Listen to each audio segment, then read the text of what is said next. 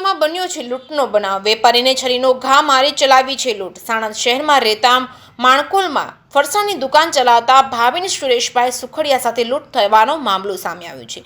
વેપારી સુરેશભાઈ માણકોલ પોતાની દુકાન રાત્રે 9 વાગ્યાની આસપાસ બંધ કરી 4 દિવસનો દુકાનનો વકરો અને વેપારીને આપવા માટેના 2,50,000 લઈને ઘરે પરત ફરી રહ્યા હતા। તે દરમિયાન બન્યો હતો બનાવ। તેમની પાછળ એક્ટિવામાં 3 લોકો તેમની પાછળ આવતા હતા। વેપારીએ ડોળી ચોકડી પાસે આવેલા પેટ્રોલ પંપ પર પેટ્રોલ ભરેલ, ત્યાં પણ તે એક્ટિવા આવ્યું હતું। ત્યારબાદ વેપારી ત્યાંથી નીકળતા ગોરજ ગામ નજીક અંધારાનો લાભ લઈ એક્ટિવામાં આવેલા 3 લૂંટારાઓએ તે વેપારીને ઊભો રાખી હાથમાં રહેલ બેગ છીનવી લીધું હતું અને વેપારી બેગ છોડાવવા જતા એક ઈસમે વેપારીના નાક અને હાથના ભાગે છરી વડે હુમલો કર્યો હતો। ત્યારબાદ વેપારીએ લડત આપતા બીજા ઈસમ નીચે ઉતરીને વેપારી સાથે ઝપાઝપી કરી હતી।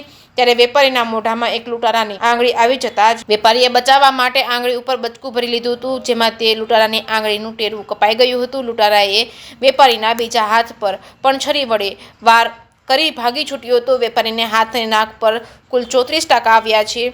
ગંભીર ઈજા પહોંચી છે અને વેપારીને સારવાર અર્થે સાણંદની હોસ્પિટલ ખાતે ખસેડવામાં આવ્યા છે।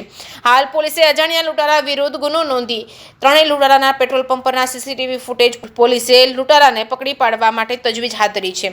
જે કે સિંહ ગુજરાતી સાથે અફઝલ ખાન પઠાણ સાથે બેહલોલ મલેક, સાણંદ।